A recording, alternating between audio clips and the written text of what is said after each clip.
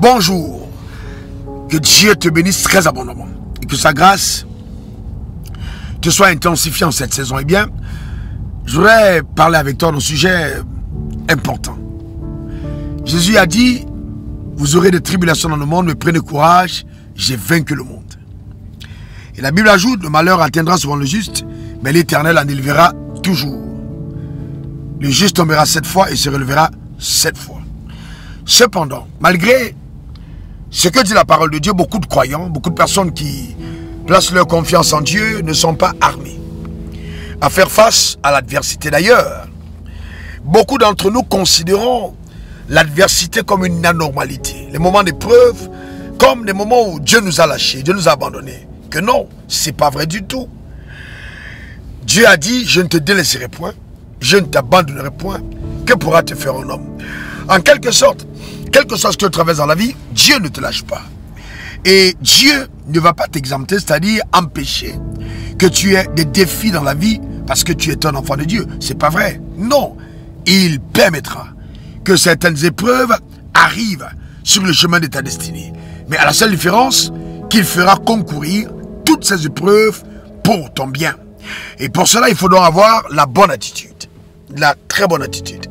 Ça peut arriver que tu perdes un être cher, ça peut être ton décès, ça peut être la perte d'un emploi, ça peut être d'étranges persécutions, même de la part de ceux qui t'aiment, ça peut être de fausses accusations, ça peut être un conjoint qui demande le divorce, ça peut être un enfant qui se rebelle contre l'autorité parentale, ou alors qui embrasse des voies qui sont contraires à ta foi, ça peut être la persécution de la part de tes collègues, de tes pairs, etc.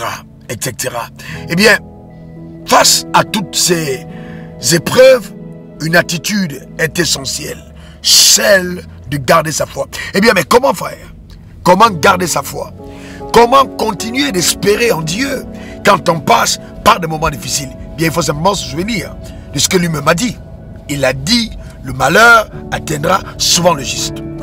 N'écoute pas ce que racontent ou ce que raconteront les gens tout autour de toi, parce que je me suis rendu compte que bien des fois, les croyants que nous sommes sont les premières personnes à jeter la pierre, à dire, oh, si le malheur est arrivé à telle personne, Dieu l'a frappé, Dieu a frappé sa famille, il a peut-être vendu son enfant, etc., etc.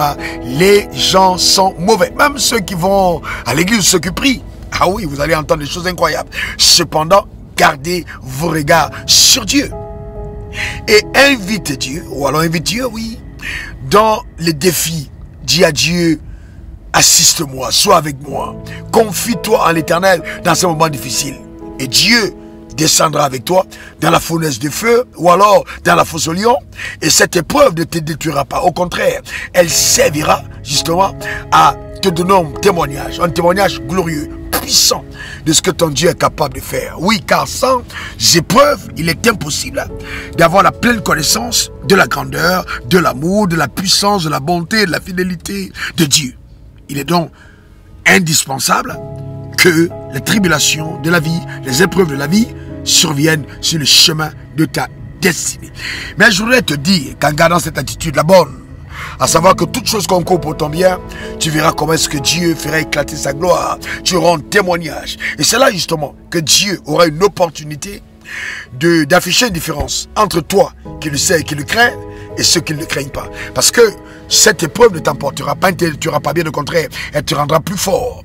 Et parce que dans l'épreuve, tu vas voir le manteau que Dieu t'a accordé, la grâce qu'il y a dans la vie d'un enfant de Dieu, celle qui le rend inébranlable. Que Dieu te bénisse abondamment, que cette semaine encore sa faveur soit sur ta vie. Ne te laisse pas abattre par les nouvelles que tu entends à gauche ou à droite ou parce que tu traverses. Fais confiance à ton Dieu et toutes choses vont concourir pour ton bien car tu n'es pas seul. Allez, que Dieu te bénisse, on se dit à la semaine prochaine. Demeure comblé. On est ensemble pour te servir de la part du Seigneur. Raoul Wafo. Bye bye. Au revoir. Suivez le révérend sur les réseaux sociaux, Facebook, Instagram, Twitter et YouTube.